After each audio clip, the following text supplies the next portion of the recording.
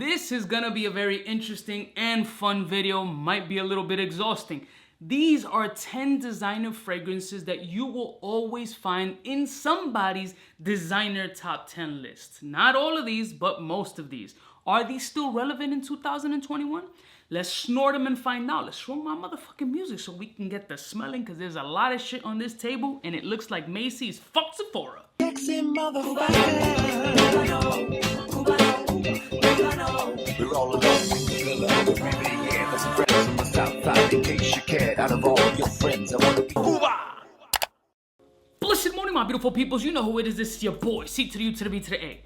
So I got 11, one honorable mention, but it's a top 10 video. I had to throw this one in here because I'm an old head and this is some OG shit. So maybe I'll just start with this one. These are all designer fragrances. I mean, essentially, you can bag these up at your local mall, definitely online, Sephora, Macy's, major department stores. These are accessible to you.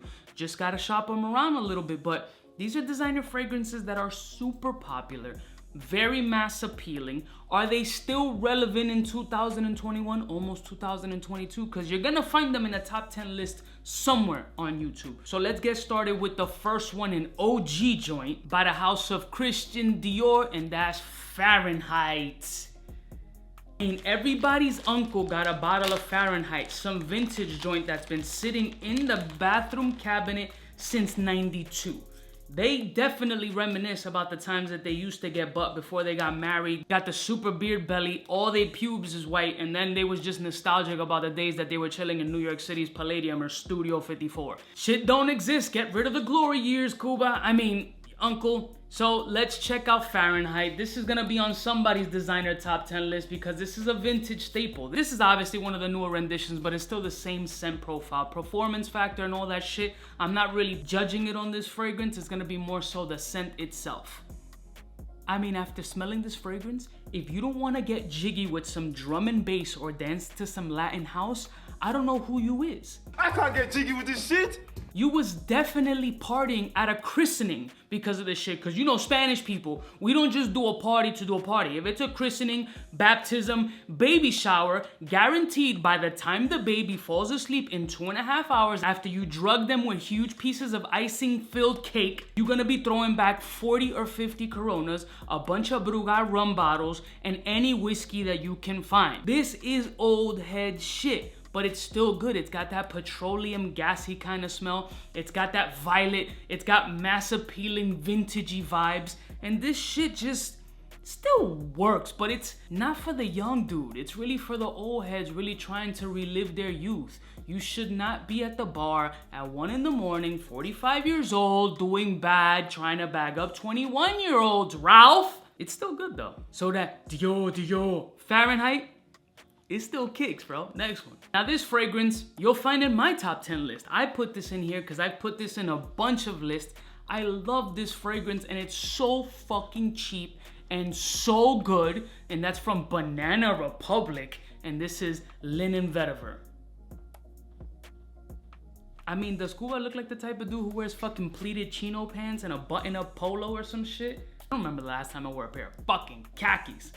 It's so cheap and so beautiful at the same time. Fresh, it's clean, it's beautifully pressed laundry. It's sexy, fresh out of the shower. It's got a beautiful mild citrus note. It's got that snuggle teddy bear factor. It's light, it's airy, it's still performance, and one of the best in the Banana Republic icon line that I can think of off rip. So this absolutely still holds and it has kind of a timeless fucking scent. So even 10 years down the line, this is not gonna be a dated smelling fragrance because there's nothing dated about it. It's just good, fresh, and cheap. Next one. The next one might as well be like Jeremy Fragrance's side bitch because he's promoted this on every single fucking video ever made in life. He loves this shit. And there was a reason, and that's Abercrombie & Fitch First Instinct. I haven't smelled this shit in a while. Let me revisit this joint because this shit had so much hype. I mean, so much hype. It's crazy. It's still gonna get compliments, but it just smells so young. It's cute to me now. It's cute, it's good, it's gonna get you compliments for you young dudes, but I feel like It's just got such a big youth vibe, and it just smells a little bit extra synthetic at this point. I don't know, it's good, but there's so much shit that's better. But if you're stepping into this fragrance space or just looking for something that's really gonna get you that shit, and you're the type of dude that can stand in front of an Abercrombie and Fitch shit without a shirt, showing your man tits and your six pack, congratulations, fam. This smells like you. Me, I got tits, and a beer belly that's ridiculous. So guess who's not doing it? This guy. For me, not right now. Next one. This one I've had like a love and hate relationship with, and I don't know, this has been the better one out of all the flankers, but this is some people's staple piece, and maybe it still is. This is by Chanel, and that's Bleu de Chanel Parfum. This is definitely my favorite out of that line. This one felt to me the most mature, the most sexy, the most me out of the entire lineup of Bleu de Chanel. I mean, this one is just the one that works for me personally. The other Bleu de Chanel's got massive everything. You're gonna love it. It's on everybody's fucking list. But I think this one, for me, takes the reins. If you're gonna go to the Bleu de Chanel space, go to the Parfum. It just hits. It's a little bit more mature. It's a little bit more sexy. It's got less of the super hyper blueness and more of that. I'm trying to be a little bit more sophisticated. I'm trying to be sexy. I'm trying to be more elegant and not trying to be so kiddish. That's what I feel from the Parfum. Others may feel differently, and I care. Next one. The next one is another mass appealing beast that personally never really hit my radar to the point where I've gotten the original flankers. I mean, I may have had the original Armani Code for about 10 seconds until like my chick's ex was wearing that shit, and after I ran over him with a car, I decided not to wear that type of fragrance. I didn't really do that. What's the statute of limitations? He's not dead. So the fragrance is none other than Armani Code Absolute Parfum. I haven't smelled this one in a little bit, so let me just revisit it real quickies. Still good, creamy, vanillic, sexy. Still holds weight, doesn't feel dated. Just that creamy, smooth factor. It has a little bit more maturity than the other Armani Codes. This one just feels right still. I could see why a lot of people really fuck with this shit and put it in their list, because that creamy, sexy element has that close, comforting, come sniff my neck and tickle my balls type sensation. Maybe put a thumb in your ass if that's your type of shit. I'm not judging you, I'm just saying, hope she spits at least. This shit's still relevant in 2021/22. Yeah, it's still pretty good. Next one. The next fragrance, everybody and their mother has it on their shelf. Guaranteed you're watching this, you probably had it or still have it. It is collecting dust. I guarantee this shit is dusty and musty like you haven't washed your asshole in 3 days by the house of Paco Rabanne, Invictus Aqua EDT. Everybody got this shit. And I don't know why it looks like there's like semen droppings all over this shit, but everybody got this joint. This was like a summer staple fucking 3-4 years ago. And it's good. Judging by the amount of dust and shit it has on it, there's other shit that's cheaper. There's clones of this shit that smell just as good that are like $11. And this is just kind of, nah, this is RIP for me for this year. Probably 2022. Next one. This one is a newer acquisition. I know that shit is gonna hold water this year and definitely next year. Mass appealing DNA for sure, but with all the sexy maturity that I've been wanting from this fragrance personally. Sauvage Elixir. This is that new shit. Also a slightly polarizing fragrance. I haven't seen all the videos on this because, to be honest with you, I've said it 100 times. I rarely watch anybody's videos, but I feel that this has, yeah, that sexy, creamy, syrupy, coffee, punchy, mass appealing ambroxan vibe that's in this fragrance hits. This is good, bro. What this does on my skin is it performs crazy. It gives me that mass appeal panty dropper sensation that I'm looking for when I'm walking by someone else of the opposite sex and my wife is to the left, hopefully on her phone, and I get the side eye. Hopefully she's like, you know what I'm saying, while I'm looking at her in her tights and shit. I thought I heard her coming. This shit is still very good. Great performance, great mass appealing DNA.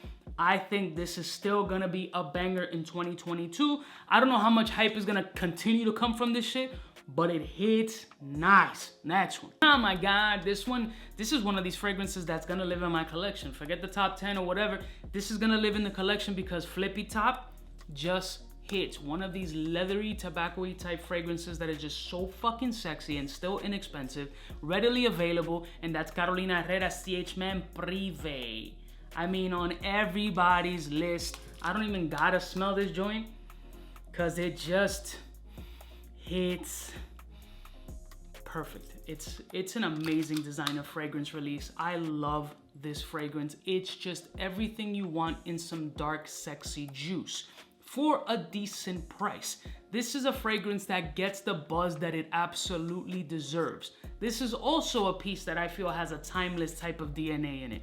It's just beautiful. That tall, dark, handsome man that you want to be internally, especially me with the vitamin D deficiency, is living in this bottle. This is something, if you have not tried, you absolutely need to. I'm telling you, do yourself a favor.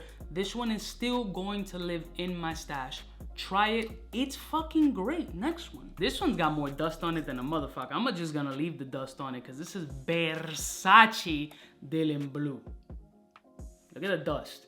Look at the dust on the Versace. I'm gonna catch the only cold and sneeze attack from this fragrance because that's how much I wear it. Not that it's bad, but it's good.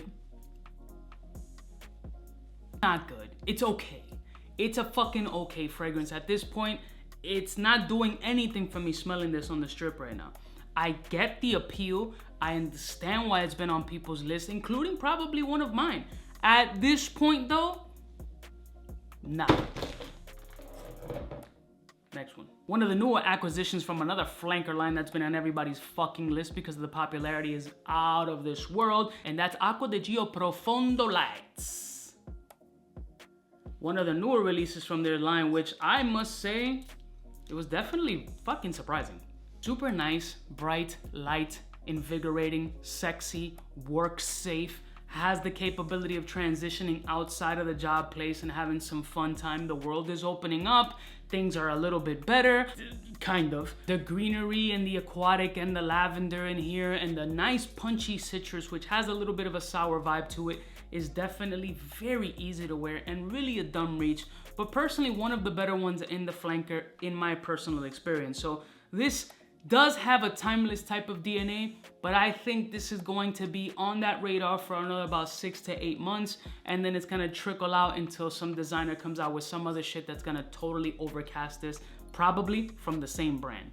Next one. Last and certainly not least, from the house of Yves Saint Laurent, and that's Why Eau de Parfum.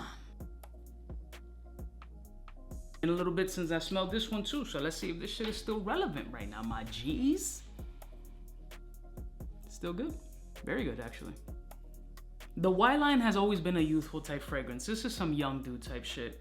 You a college dude, you finally getting to party, you not on that virtual shit, you go into spots, you chilling with girls or dudes, whatever. You wanna smell hot, you wanna smell sexy. This still has a youthful vibe, but finally has a bit of maturity. You're in your senior year, you're about to go into the real world and get a real job after being $78,000 in debt with a college degree that probably won't get you shit, and you'll end up working at Target first before you get a real job. But at least you'll be able to afford this fragrance. This is a very nice fragrance. Again, this is another one of that, got another like 6 to 8 months in living in that space that is still dope until this line comes out with 3 other joints that are gonna supersede this and make this smell super dated and old. Right now, it's lit, but for a limited time, like the McRib. So those are 11 fragrances that you're guaranteed to find in somebody's top 10 list of designer fragrances. If you look back like 8 years, you're gonna see at least one, if not all of these shits on everybody's list. Some of these still hold water. Some of them is already kinda, burnt out. I love y'all motherfuckers from the heart. Let me know if you want me to do the niche version, and I'll see y'all bitches next time. You know what is biggest in the game. Smooches.